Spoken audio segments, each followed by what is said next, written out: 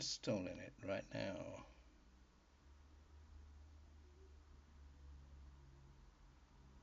Oh yeah, and it's a very old Toshiba satellite.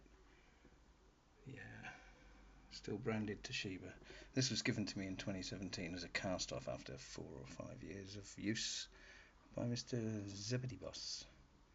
He was going to bin it, and I've had it for a further 7 years, and it's still going strong. Use it every single night. Previously had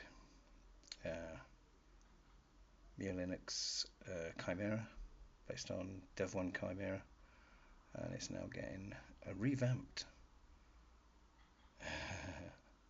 and revitalized Linux Daedalus on it,